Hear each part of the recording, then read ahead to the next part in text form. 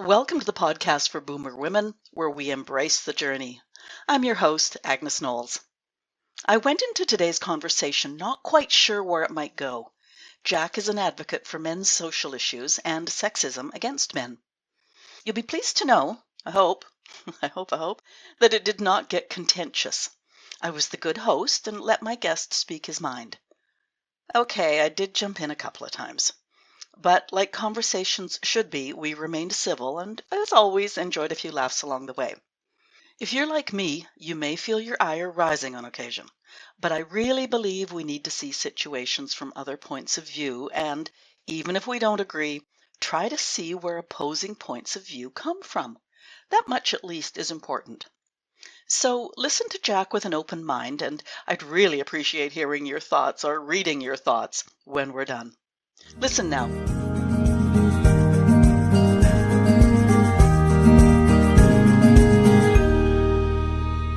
This episode today promises to be interesting. My guest is an advocate for men's rights, and while he makes important points, I must admit I had a few questions along the way. The women in my life almost all have long-term happy marriages and busy semi-retirements with and without their husbands. And by that I mean they do a lot together, but they both support and enable personal pursuits as well. Their relationships with their children and grands seem healthy, as there are lots of travels to visit or lots of Zoom calls to stay connected.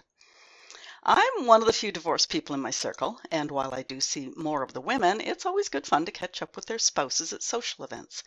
And yes, I do get invited to couples events. They seem to understand that I have no interest, if you catch my drift, in the husbands.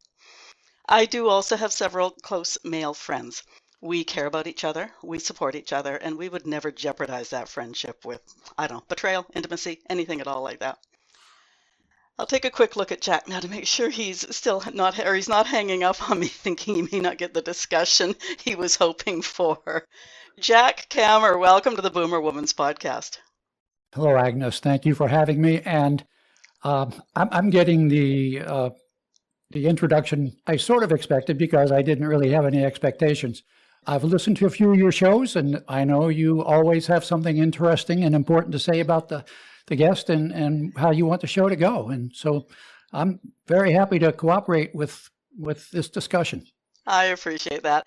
And let's also just remind the listeners that this is a discussion, not a him versus her challenge. Well, pregnant pause there. Yeah, I mean, there are definitely gender issues here. Oh, no, absolutely. Okay, yeah. But I just meant between you and me. It's not going to be. we're on monitors. We can't go at it tooth and nail, so that's okay. Yeah, and we're several hundred miles away, so we have a pretty good zone between us. Okay. Now, Jack, a good way to start would be for me to, or you suggested a good way to start would for me to catalog the chief complaints I've heard from boomer women about their boomer men. And you'd counter with your knowledge and experience with men's issues. I wouldn't say counter, though, Agnes. I would say, at the risk of being called a mansplainer, I would try to explain the men. You know, what's going on with these guys. Maybe it would be helpful if I were to tell you the precipitating event for my even being a person who is active in the world of men's issues. You used men's rights in the introduction. I'm a little squeamish about that. It's more general for me. It's about men's issues, some of which have to do with rights. Some of them just have to do with life and emotions and expression and relationships. So the reason I am even involved in this topic of what's going on with men is that in the early 80s, I was on a co-ed softball team. And we would play once a week. And after our games each week, we would go out to a bar and drink and dance and have dinner. And 2 consecutive Tuesday evenings, with 2 consecutive female teammates, I was sitting at a table, and they were telling me, 2 consecutive weeks, a tale of woe about their boyfriends. And I try to be a good listener, and listened attentively, and when they were finished, they both said something very much to the effect of, "And so, he's a real jerk, don't you think?" And both times, all I could say was, well, maybe he's a jerk. It's plausible from what you're telling me, but, from my point of view, I would say that it's much more likely that the way it looks to him is like this. And I would offer I don't even remember what the scenarios were, and I don't remember what I offered as an alternative explanation than his jerkiness. But I said something that was pretty obvious, certainly plausible from a male point of view. And both times these women said, "Oh my God, I never thought of that." And so I think we have a problem with the male point of view not being very well understood, not being very well considered, and not really being very well expressed. And, what we know about the general strengths and weaknesses of men and women, that's not really terribly surprising. Men generally tend to be less verbal. And because we're less verbal, it's more likely that our point of view is not going to be articulated in a way that can be understood. So that's why I don't want to say I'm going to counter here. I'm going to say yes, and maybe another explanation is such and such. There is a problem in our culture, and it was recently written up, reported in a scientific journal that implicit bias, which we all know has been a very strong topic in recent years. Implicit bias, the strongest implicit bias, is not based on race. The strongest implicit bias is based on gender, and the strongest implicit bias is based on people who are male. It was at least one study. I could send you the citation if you'd like. But I think there is a very ready willingness on the part of our culture to sort of assume that in any disagreement or unhappiness or conflict or problem between men and women, it's probably the man's fault. I mean, I think that's what implicit bias basically suggests, that from the get-go, it's the playing field is sort of tilted against men because, we all know how men are. So what I hope to do is to help your primarily female listeners have the benefit of a point of view with information and insights and perspectives, perhaps, that they might benefit from and might like to have and might be able to make better decisions incorporating. So that's really what I want to do here. It's not counter anything, but to sort of add to the database, specifically knowing that the default database has a lot of stereotypes and biases in it that might need to be corrected. Okay, and I stand corrected with my word counter. As I was preparing notes, everybody knows I come with notes. It occurred to me that, and even with your story there about your baseball team, is I presume you were all in that 30-35 age range. Yes. And things were, I think when you're younger, I don't know if you're more reactive or more emotional, because I know now, I mean, I have a fairly good size female group friend group, that's the word. And I don't hear complaints I hear stories about the husband, but they're not derisive or anything like that. And they've all figured it out along the way. They have great respect for each other. And And that was interesting. And then when you were also saying, A, that men don't talk as much, probably especially if an issue comes up, maybe they can't verbalize what they're feeling. So it's not that the man is always wrong, it's that you need two people to have a discussion. And no discussion, no discussion, comma, could it mean acceptance of the charges as whatever? I'm not speaking legalese very well, but if a man is unable to respond, like to think out his words, and so doesn't, does that mean does it look like he's saying, yeah, whatever, I agree, I'm wrong? Well, in the case that the two women were telling me, I don't even know that they told their boyfriends what they were thinking. I think they just harbored the opinion on their own and asked me to verify it, to corroborate it. And I couldn't do that. I mean, I couldn't discount it and dispute it and say they were definitely wrong, but I could say, well, we need more information here. And I think in any discussion, you do need to hear both sides of any issue or disagreement. Yeah. And that's why I think that men need help in discussions with women in helping our point of view be conveyed to women, because of the difference in how we've been trained to sort of be stoic and not speak about our feelings, our emotions, our fears, especially our fears, very well. So that's pretty much my mission. Okay.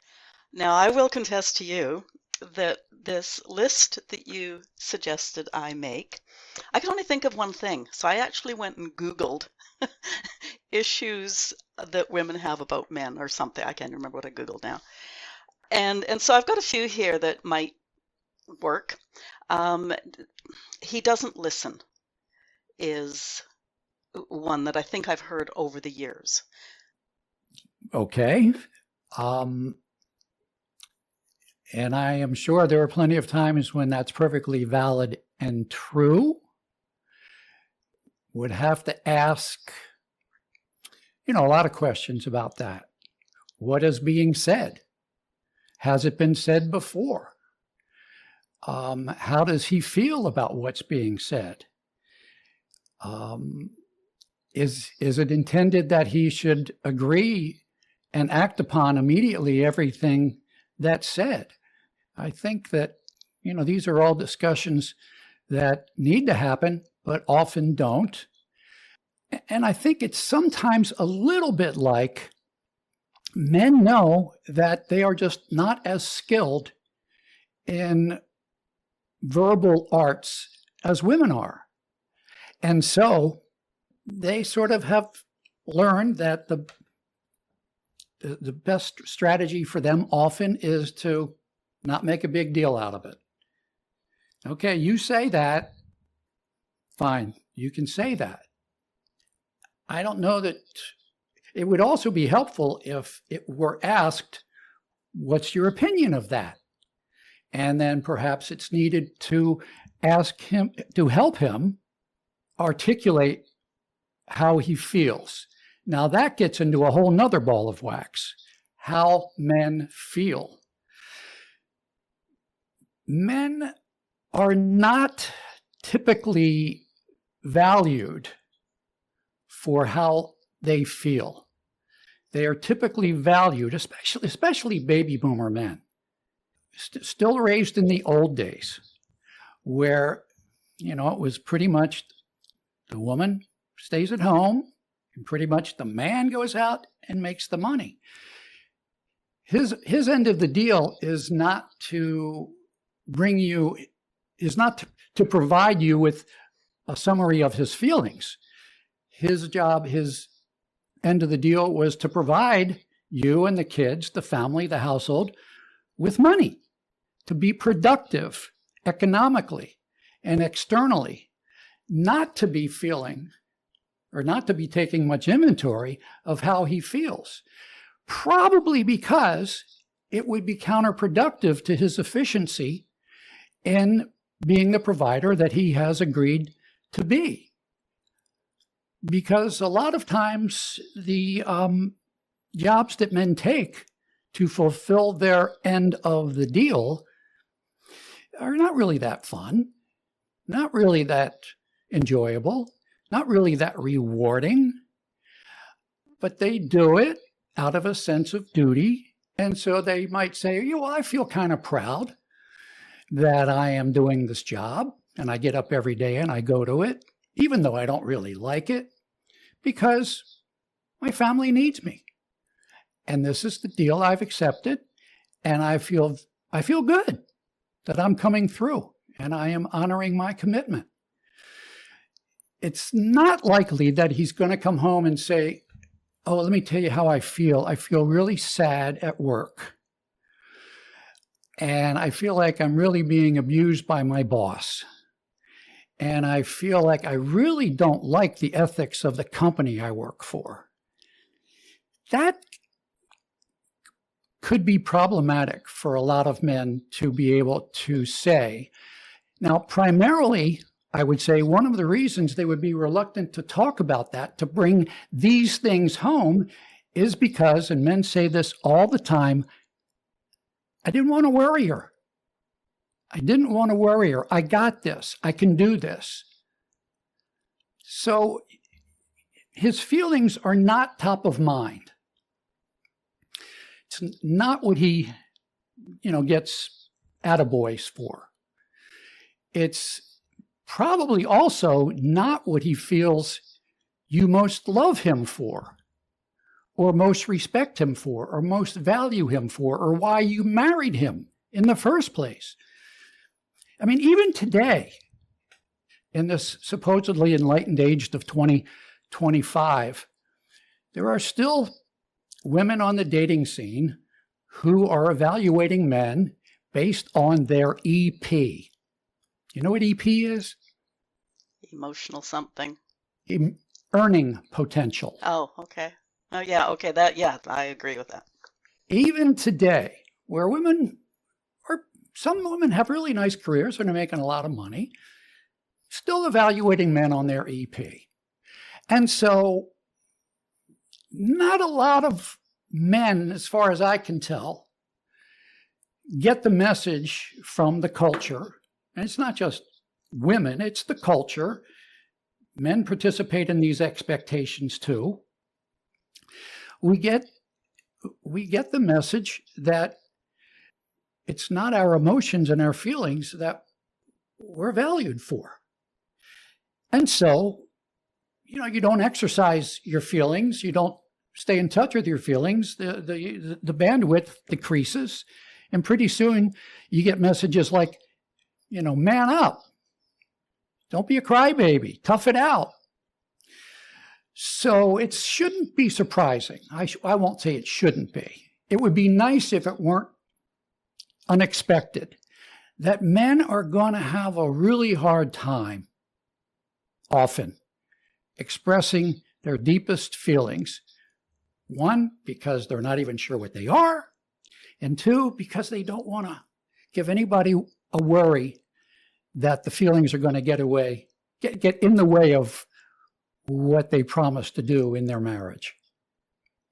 So when those men hear "man up, don't be a crybaby," are they hearing that from women or from other men?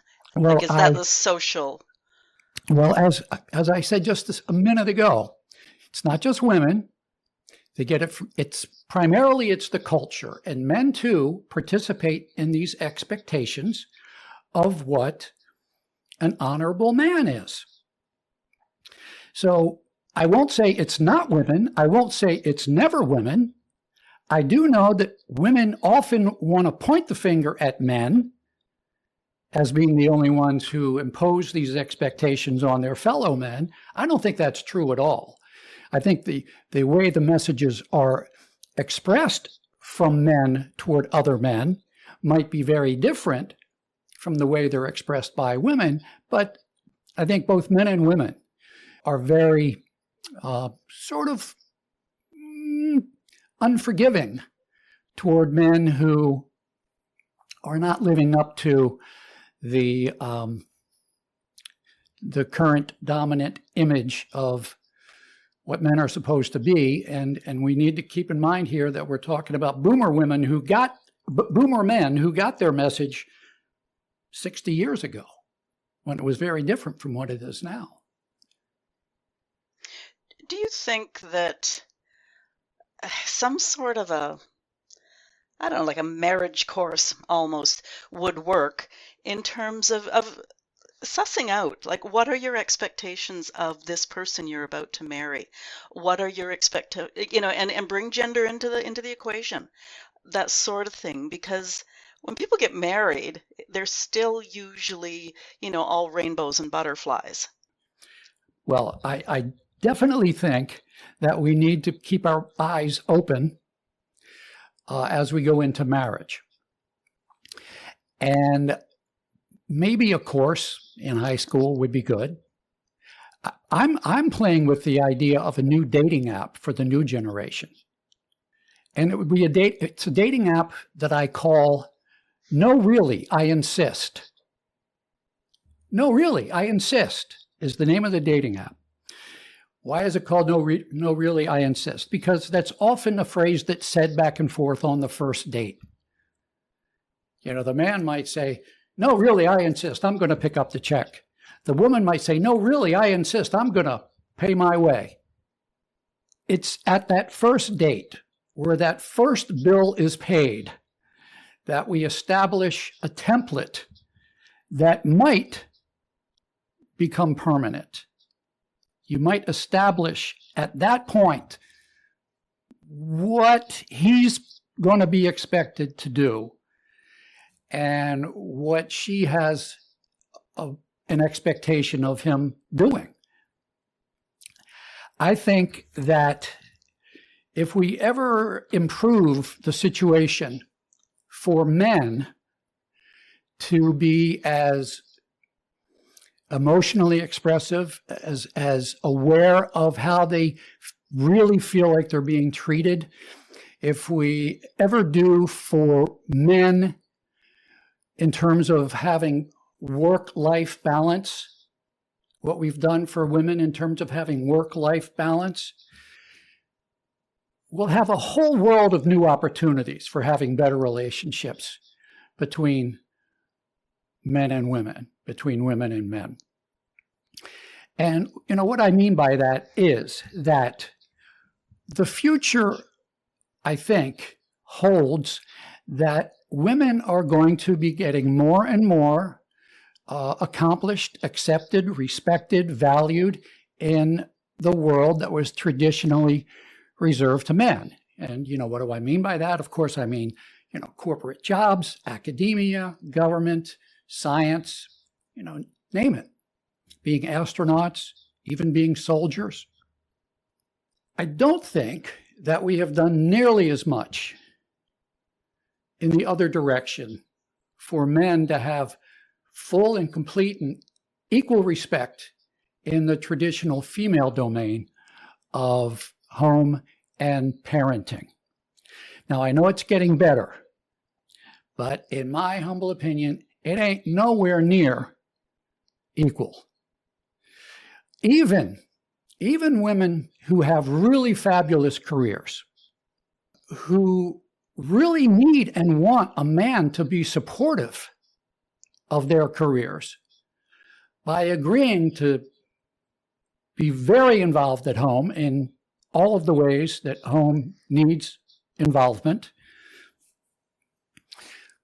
Primarily what I'm thinking about here isn't the downside of it, the stinky diapers and, scrubbing the toilets. I'm thinking of the upside of it, which is, sort of the incentive for why you put up with the downside, to be really close and involved and emotionally connected bilaterally for love and affection with your kids. And even women who benefit from that kind of support by a man at home so that they can pursue their careers they still have the ability, women often still have the ability in many states to sort of expect that, and the man knows it's likely to be true, that for him to be regarded as an equal parent after divorce, he's sort of guilty until proven innocent. I mean, first of all, there's the question of, well, why is there a divorce? Well, because of implicit bias, it must be the man's fault, or it's probably the man's fault. Then there is the idea that women are just more nurturing. They're more patient. They're more loving. Women create life, which, I'd love to talk with you about because that's not scientifically true. And so so even a woman who's got a great career still has the ability to completely wipe out a man's investment in his kids. Not completely wipe it out, but reduce it significantly. If we want men to be invested in their families and their kids and their home life, we need to protect that. And we can't make him vulnerable to having his primary relationships, his most loving relationships in which he's invested his heart and soul, be vulnerable to being, pulled out from under him. Now, let's take the next step and recognize that a lot of women do not have fabulous careers. A lot of women just have jobs,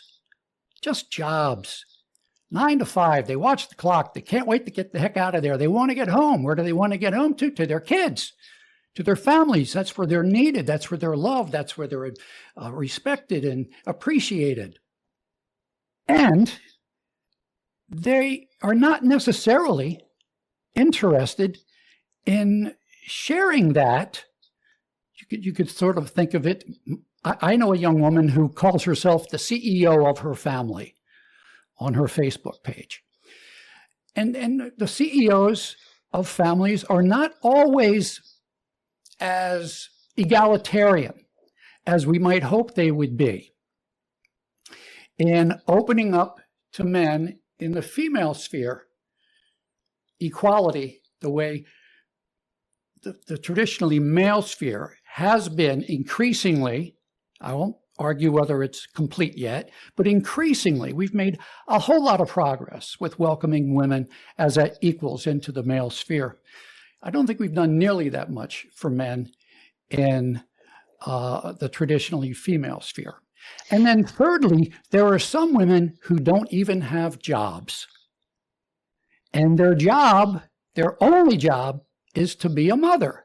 And they really don't want to welcome in a man as a co-equal in their executive office. And I'm not saying this to be critical or mean or disparaging of women. It's very understandable. It's very human. You don't want to give up the thing that you love most. And it's true that nobody will give up power willingly. But smart people will share it. Smart people will share it because if the woman has a healthy mix of work and life balance, and the man has a healthy mix of work-life balance, then you put that together into a system, synergy can take place and create even more power for happiness. And that, I think, is where we really need to be aiming for. And I would have to say, Agnes, that I think that although men didn't do it all gleefully and joyfully and even not willingly, men have done a pretty good job of confronting the ways we were raised to believe we were superior to women. The ways we were superior to women were the ways that were justified keeping women out of our trusted, out of the domain that was entrusted to us, the domain of national defense and international relations and government and taxes and money and all of that stuff. What are those stereotypes? Oh, well, women are okay, but, they cry too much. They can't make tough decisions. They can't be scientists because they're not logical. They just want to file their nails and watch TV and go shopping and eat their bonbons. I don't have to tell you. I didn't feel them directly, but I know they were there. You know what they were. All of the stereotypes at work to make you feel like you didn't belong and couldn't hack it in the male domain. Men are generally over that because we've seen how great women can be in corporations and in science and as astronauts and as governors and senators. We're pretty much over that. I don't think we're anywhere near as much over the stereotypes that serve to keep men at arm's length from women's traditional domain.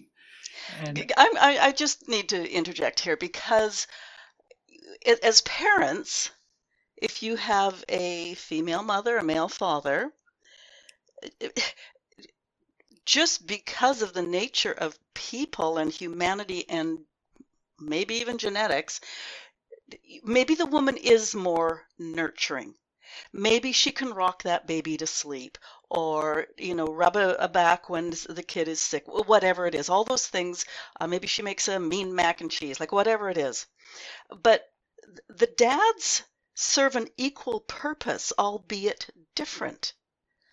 And I'm not hearing that from you insofar as the dads come in and they teach the kids, boys and girls, they will teach their children it's okay to take a little bit more risk.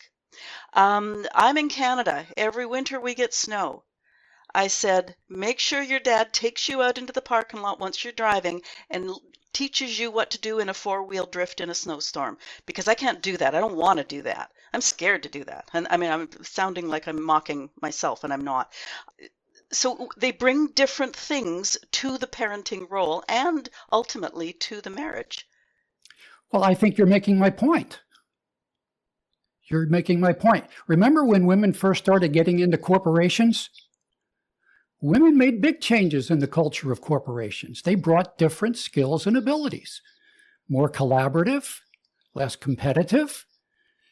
They brought different business skills that have been good for businesses. Similarly, all of those things you just said are different styles of what has to be called, in any fully inclusive definition of the term, has to be called nurturing. Mm-hmm. Okay. Everything you described those men doing was nurturing in a different way, maybe on different topics, but it's male nurturance. And male nurturance needs to be valued and respected as much as female nurturance. It's valuable and our kids need it. And men want to provide it. And it hurts us when it's disregarded and treated as, well, it's not as important as female nurturance. I mean, after all, she's the mother. So we got a lot of work to do, Agnes. Yeah, I'm seeing it, but I'm not necessarily agreeing. Let's go on to the isms. Whether it's racism or sexism, ageism, whatever, there's always, it's usually often a two-way street. So it's not that like all young people are against all old people, because old people have a lot to say about young people. Men and women, we both have a lot to say about each other. Is it a case, and I'm going to quote Maya Angelou here, do the best you can until you know better. When you know better, do better. Do you think that either gender, in the case of the male thing and the female thing, do you think we're trying to do better? Sure. Yeah. Yeah, absolutely. I think every healthy human being wants to optimize their happiness, their utility, their feelings of self-worth, their contributions to the people they love. Sure. And, men don't know everything. Women don't know everything. And when we know better, if we're healthy people, we'll do better. We'll try to do better. I guess my where I'm going to go on to is, I know when I was growing up, you hear or you heard the boys needed to be a man's man. And I guess I'm curious what's to be done about the rhetoric for that. I mean, I never heard my mom tell my brothers that they needed to be a man's man. It came from my father. So if you want to make the point that it's men who impose these expectations on other men, I'd really like to not talk in absolutes. So if, to the extent that you want to talk about how men are the ones who enforce these expectations of their sons, I would say that it is often done out of love. Because, son, I got a feeling that you're going to want to have a woman love you when you're 18 to 25. You might want to get married. And I'm here to tell you that there are certain traits you need to exhibit if you're going to attract a woman to love you.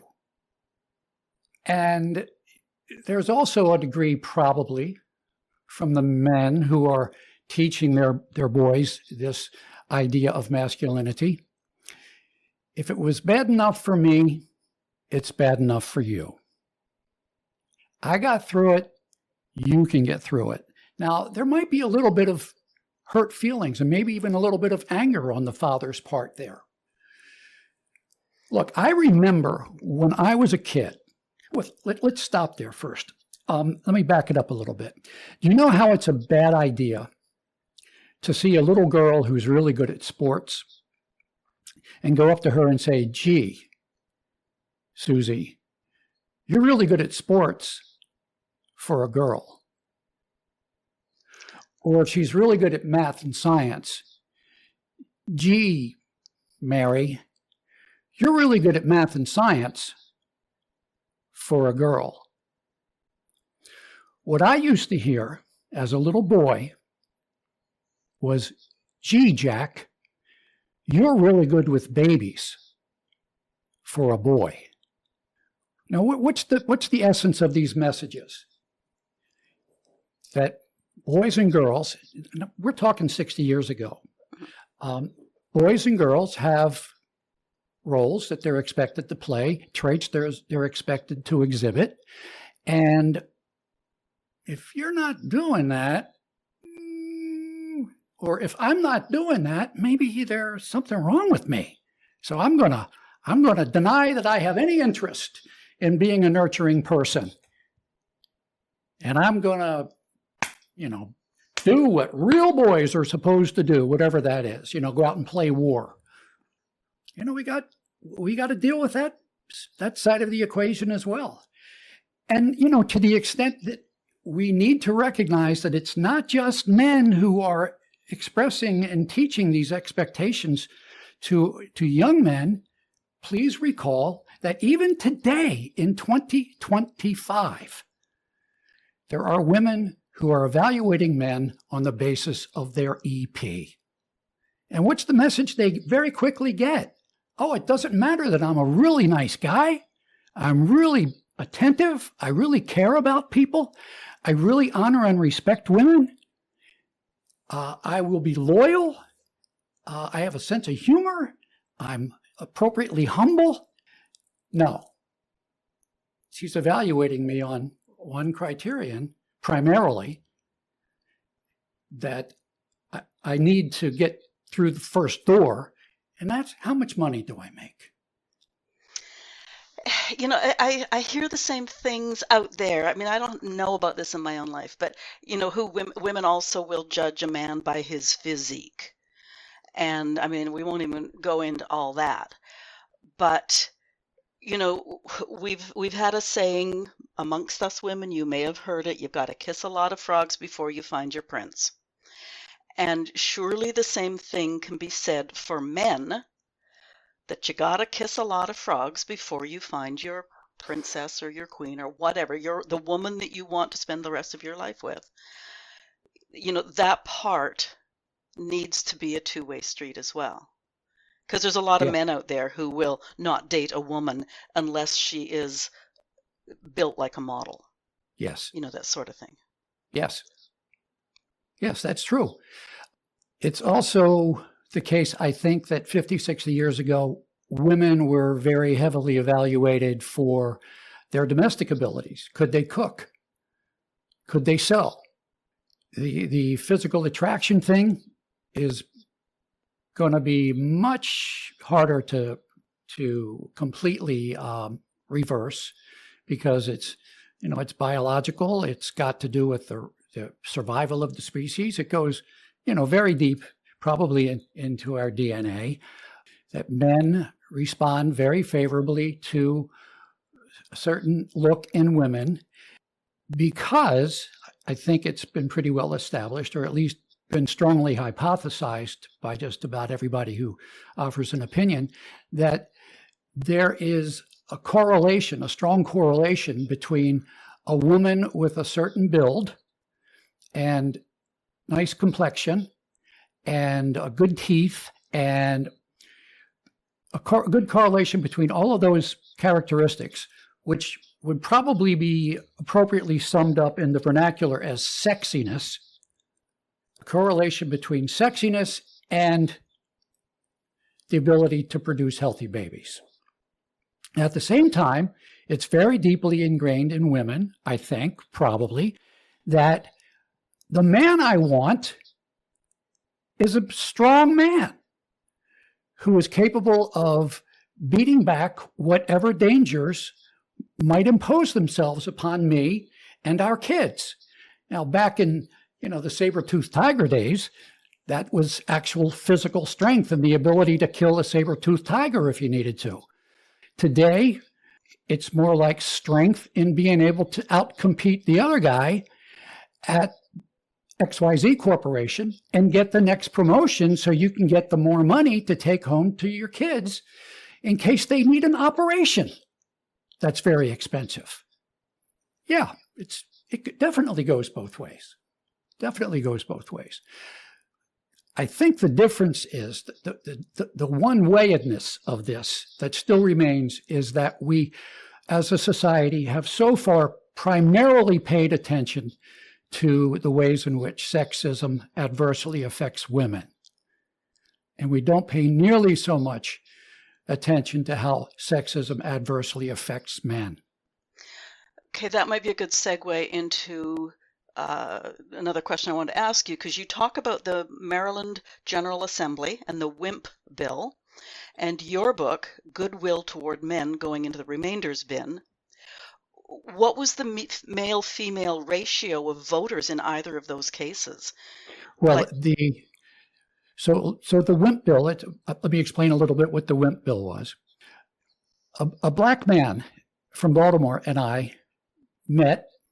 I had him on my radio show. We really hit it off. We realized, and were in strong agreement with the fact that many of the problems of marginalized black men in Baltimore were certainly based in large part on the fact that they're black. And there are lots of biases and prejudices against blacks. However, we noted that by many important measures, primarily you could think of, life expectancy, how a lot of black men are dying in the streets, and incarceration rates, it's pretty clear by a lot of important measures, not all of them, that there are ways in which black men are doing worse than black women. And that can't be just because of race, because if it was just because of race, black women would be doing just as badly. So what are the male factors that are operating in what we called the double whammy against black men? Well, you're no good because you're black, and oh, by the way, you're no good because you're a man. We all know how men are. So we decided that we were going to go to Annapolis, the capital of Maryland, which is the city where Baltimore is. And we were going to propose to the state legislature that they establish a commission or a task force or anything. Just please pay attention to this. There are things about being raised male that are not working very well. We need to see if we can alleviate some of the expectations and the pressures that are placed on men that cause them to do things we wish they rather would not do, or feel they need to do, feel they have to do. Take care of themselves and get their needs met by any means necessary. So we went to Annapolis and we proposed this commission on men. Well, the male legislators, all traditional men by virtue of, practically by definition, you got to be a traditional man if you're going to make it in a traditional sphere of male influence like a state legislature. So all of these men, I think, pretty well exhibited their immaturity and their childishness and their insecurity by saying, oh, man, if we pass this bill, we'll have to stop eating quiche. Because your listeners might remember the old saying back in the day, real men don't eat quiche. Stupid idea, but that's where these guys immediately went to. It's the Wimp bill. We saw what was going on. Now, privately, some of these fellas would come up to us and say, look, we get what you're trying to do. It makes sense. We wish we could help you, but we can't because it will make the women mad. And so it's not just the men, it's not just the women, it's the culture that we're all sort of invested in. And, well, I could tell, some nice stories about the hearing that we put on. Before the hearing that we worked hard to get good witnesses to testify at. The newspapers in Baltimore and in the suburbs of D.C.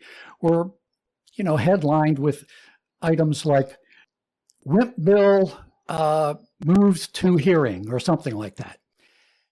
After the hearing, when we had our public health people, our law enforcement people, our social services people, our academics, all come to testify. The headline was, "No one's laughing at the Wimp bill now." So it was the media. Well, the media was certainly part of it.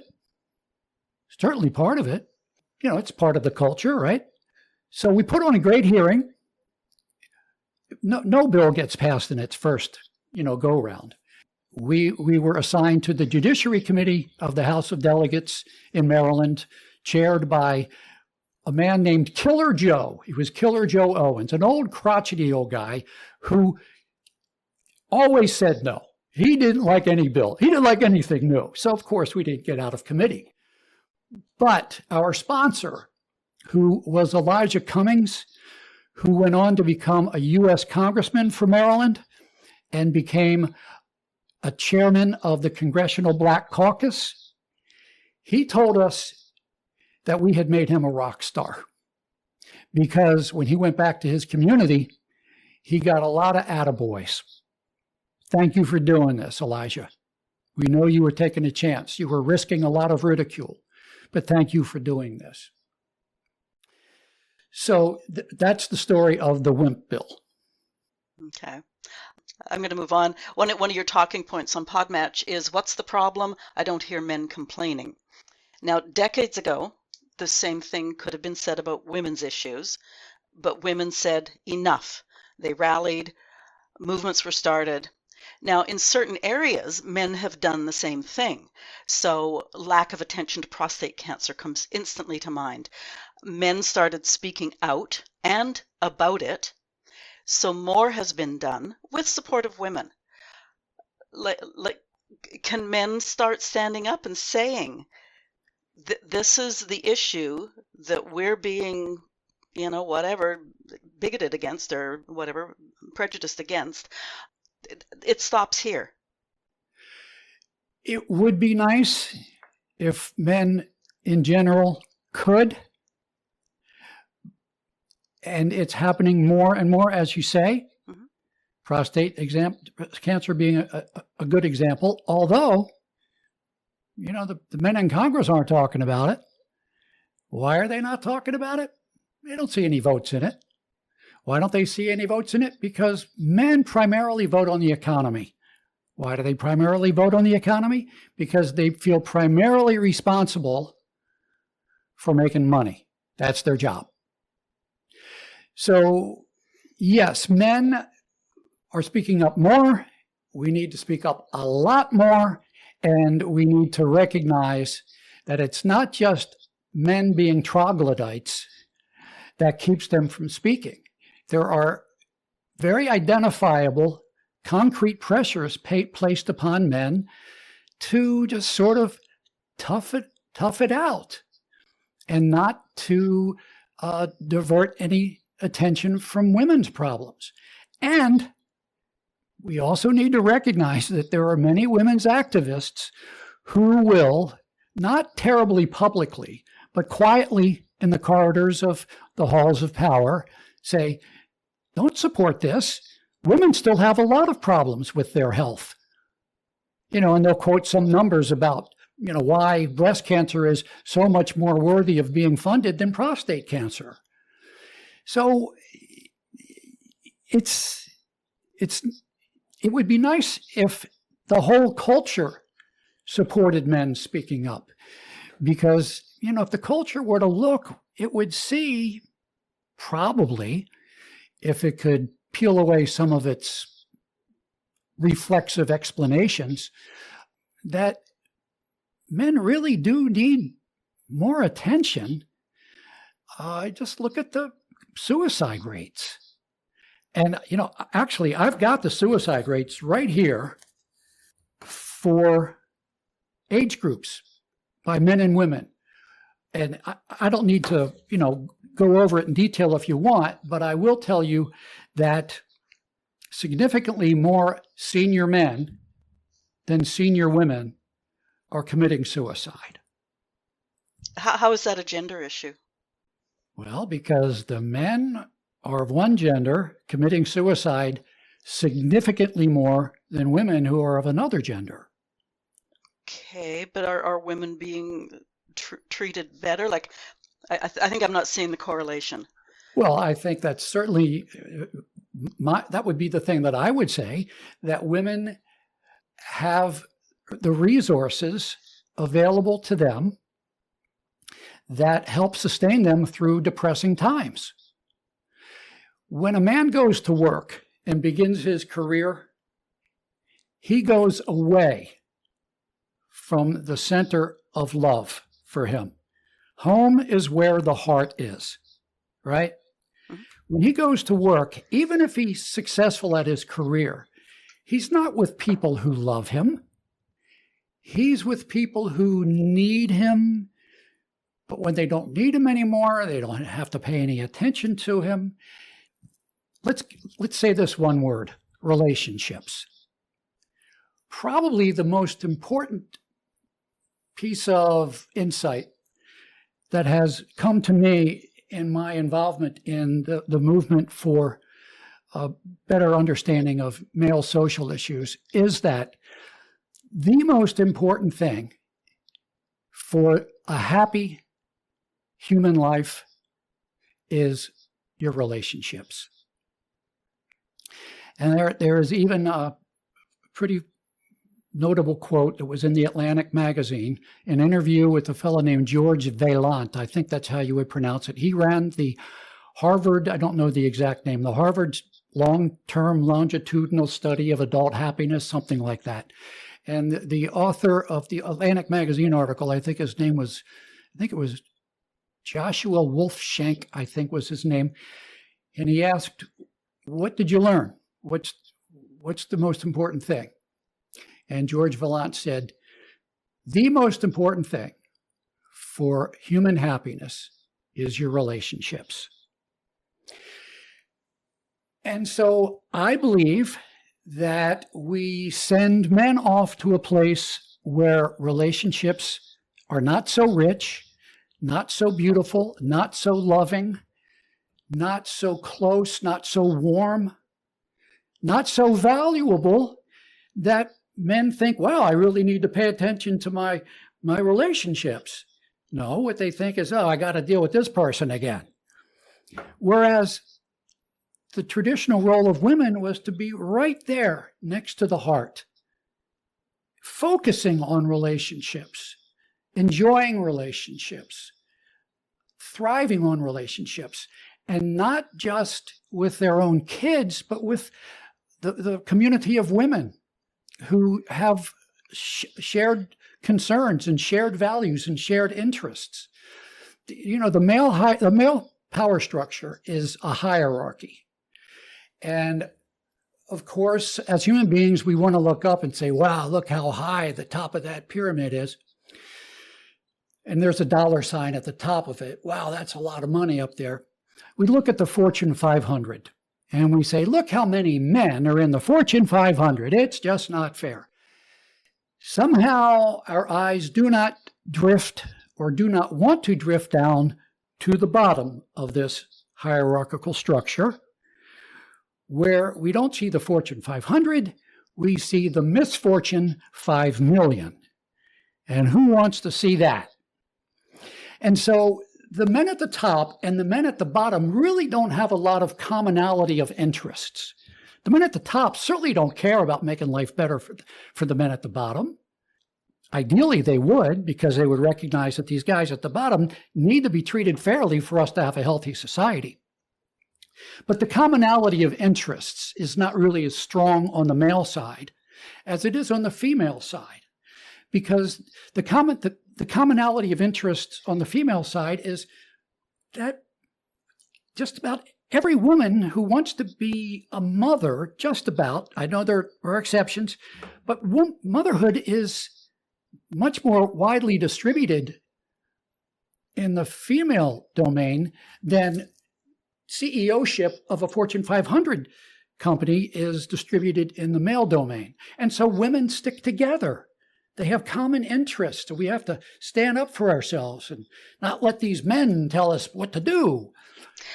But I'm going to just jump in here, because within that male, corner office thing, when women come into that domain, like you talk about women cutting men out of their domain, when women come into that domain, if they're smart and like aggressive and whatever, they become bitches. If they wear flat shoes, they're criticized if they wear their shoes too high. I mean, who cares what somebody wears as long as they're smart looking? Just the adjectives used on men amongst men at that level, that Fortune 500, whatever you want to call it, as opposed to when women try to enter that domain, they're miles apart, the adjectives. Well, yes, I think that's true. But, as I mentioned earlier, the work of helping women have full equality and full respect in the traditional male domain is not complete, but it is much farther along than it is in the other direction for men to be regarded as equals in the female domain. Corporations now, very much are judged by analysts, hardcore Wall Street analysts, for how many women are on boards of directors. There are many efforts to try to be fair here and to try to be inclusive. It's not complete, but men have done a pretty good job of it. And I would love to see men catch up on the other side of the equation.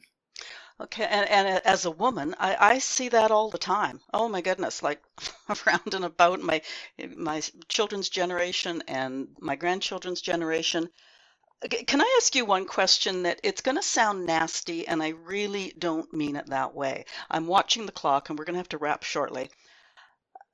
Is there a chance that you've been so immersed in this for the last 40 years that you see the inequalities and fairness against men, and you don't see the really supportive, nice women out there as much as you should.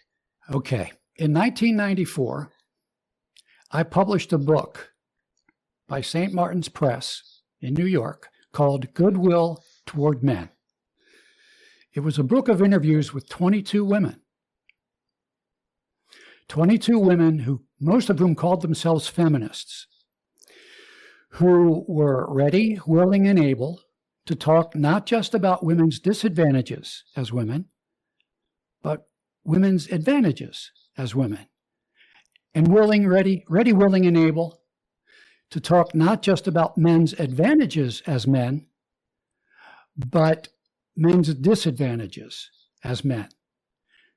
Very balanced approach to power and fairness between the sexes. It was a very nice book. My editor was sending me notes as I turned in various chapters. I am getting incredibly excited about this book. We had blurbs from some really pretty important people. Back this was in 1994, a long time ago. Pretty notable people in the world of gender issues and social psychology. I was excited about this book. Spent a year and a half on it. Didn't get a very big advance. I traveled around the country on my dime, plus this advance, to interview these women. So I didn't interview them because I wanted to shut them up. I didn't interview them because I knew they hated men. I didn't interview them because I knew they weren't supportive of men. I interviewed them because I know that there are lots of women who are supportive of men. And just as men need to speak up more in favor of men, it would really be helpful too if women felt empowered and didn't feel like they were being unsisterly for also saying, look, we got to be more fair to men. So what happened to Goodwill Toward Men, this book? Just as it was being published, I got summoned to a meeting of the salespeople in New York. And I said, great, I'm coming. I'll be right there. Before I got there, before the meeting was to take place, the meeting got canceled. And so did my book. Why? Because certain, as far as I can identify, the ones that I can identify, certain women staffers of St. Martin's Press, and I got to say that one of the women staffers got me on the Today Show. The head of PR got me on the Today Show. She was definitely not one of the women I'm getting ready to talk about. But female staffers of St. Martin's Press refused to participate in the marketing and sales of this book. One of them, who admitted that she had not read the book, called it reactionary because it talked about fairness to men, and fairness to men is reactionary somehow. Interesting perspective. A friend of mine at Gannett Press said he called St. Martin's Press to try to get an advance copy of the book. And a woman answered the phone and said, oh, it's just a bunch of women sitting around talking. A strong effort was made on the part of some women to shut up and silence the opinions of a lot of other women. So, you tell me, am I so immersed in this that I can't see the good women? I'm so immersed in this that I can see both, and I'm not willing to deny that the bad ones are very, very powerful. Have you considered, and I mean this in the nicest way possible now, have you considered sort of revisiting that book and seeing if you can make it fly now? Because I think that there's way more women in I just gave that away, in 2025 who would embrace that sort of book? Yes, I have, and I am thinking about it. And I know that the update that I would provide to the book, like introduction to the 2025 or 2026 version, one of the things that I would say in there is perhaps the most interesting thing about this book is how little has changed for men since 1994. With all due respect, I think your dog disagrees with you. Oh, I'm really sorry. No. No, on my standard setup, on my standard computer, the one that just blew up on me, I do have noise cancellation. I didn't have time to set up. Is it really terribly distracting? No, I love it. My podcasts are always real, but it was just so funny as you're saying that. It was like the dog's barking as much as if to say, Dad, I'm going to pick a bone with you later. Yeah. Okay, we do have to wrap. Is there anything we haven't talked about that is like of paramount importance that you want mid-age women to think about? Yes. Thank you to Agnes for opening your heart. That's all I want to say. Thank you. Well, and thank you for coming on. I knew this had the potential to be a little bit contentious, but I also really appreciate the fact that there was the back and forth, and neither one of us closed off on the other. I've yet to have a guest actually click disconnect, so I guess I'm doing okay. Okay. Yes, where do we find you on the World Wide Web? At malefriendlymedia.com. Male-friendly is all one word. Male-friendly media is all one word, no hyphen between male and friendly. Malefriendlymedia.com. That's where I have just about all my stuff. Are you on social? Well, I'm an old guy. And social I just always made me queasy. The only social I have is a couple hundred connections on LinkedIn.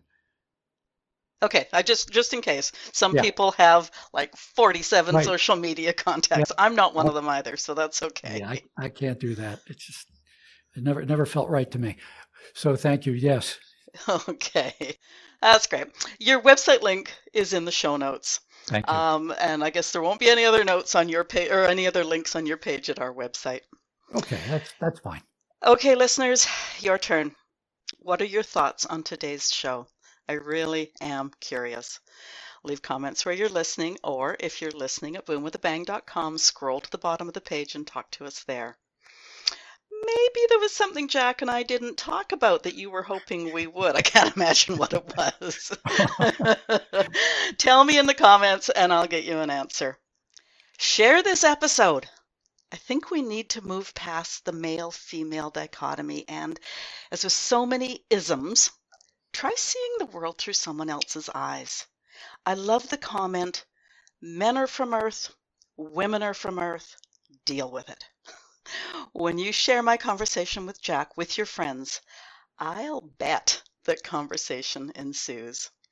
If you enjoyed this conversation, click the follow button on your favorite podcast platform, and that helps us grow. I'm also registered at Substack. You're on Substack, aren't you? I am. I'm not really doing much there. Occasionally I'll throw something up. All right. Anyways, if you follow me on Substack, it's free, and you'll get notified every time an episode is released. Jack Kammer, thank you for being my guest today, raising so many points for discussion for us women to think about, and for your patience with my confrontations. My pleasure. And it was very good of you to put it out there, because I know you represent the thinking of, lots of good women who are sort of struggling with what's up with men. We're all fabulous women, and me and my friends, we know what's up with men. And I mean that in the nicest way possible. They all have, I love my friends' husbands and my male buddies, and I just, would support them to the end. Thank you. Thank you. Take care, Agnes.